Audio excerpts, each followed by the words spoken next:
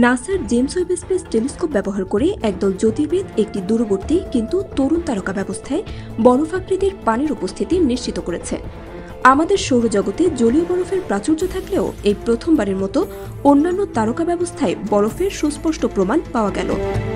Nature জার্নালে প্রকাশিত প্রতিবেদন অনুযায়ী এই জলীয় বরফ পাওয়া গেছে ধুলোময় একটি ধ্বংসাবশেষ বেষ্টনীর মধ্যে, যা একটি সূর্যের মতো তারকার চারপাশে ঘুরছে। তারকাটি মাত্র 2.3 কোটি বছর বয়সী এবং পৃথিবী থেকে 155 আলোকবর্ষ দূরে অবস্থিত। সূর্যের চেয়ে তারকাটি সামান্য বেশি ভরের এবং গরম, যার ফলে এর চারপাশে একটু বড় একটি ব্যবস্থা গড়ে উঠেছে। ওয়েব টেলিস্কোপের তথ্য অনুযায়ী তারকা HD 181327 এবং এর ধ্বংসাবশেষ বেষ্টনীর মধ্যে একটি বড় ফাঁকা জায়গা আছে, যা আমাদের সৌরজগতের কুইপার বেল্টের সঙ্গে তুলনীয়।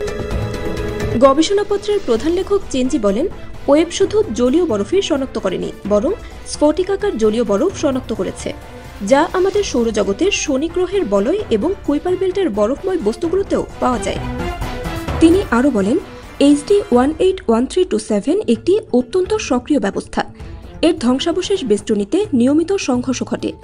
যখন এই বরফময় বস্তুগুলোর সংঘর্ষ ঘটে, তখন সেগুলো থেকে ক্ষুদ্র ক্ষুদ্র ধূলিকণার জলীয় বরফ নির্গত হয়, যা ওয়েবের মতো সংবেদনশীল যন্ত্রের মাধ্যমে সহজেই শনাক্তযোগ্য। এইরকম অঞ্চলে জলীয় বরফের উপস্থিতি ইঙ্গিত দিতে পারে যে মহাবিশ্বে গ্রহীয় ব্যবস্থাগুলো কিভাবে গঠিত হয় তার একটি নির্দিষ্ট প্যাটার্ন রয়েছে। এটি নিছক কাকতালীয় নয় যে প্রথম তারকা ব্যবস্থায় বরফ শনাক্ত করা গেল সেটির গঠন অনেকটাই আমাদের সৌরজগতের মতো। তবে এই বরফ পুরো ব্যবস্থা জুড়ে সমানভাবে ছড়িয়ে নেই। মূলত যেখানে সবচেয়ে ঠান্ডা অর্থাৎ তারকার থেকে দূরের অঞ্চলে বরফ বেশি পাওয়া গেছে। ওয়েব টেলিস্কোপ ধ্বংসাবশেষ বেষ্টনীর মাঝামাঝি অংশে প্রায় 8% জলীয় বরফ শনাক্ত করেছে। বিজ্ঞানীরা অনেকদিন ধরেই মনে করে আসছিলেন যে এই ধ্বংসাবশেষ বেষ্টনীগুলোতে বরফ থাকতে পারে। তবে ওয়েব টেলিস্কোপ আসার আগে তাদের হাতে এত সংবেদনশীল যন্ত্র ছিল না, যার মাধ্যমে এই পর্যবেক্ষণ করা সম্ভব।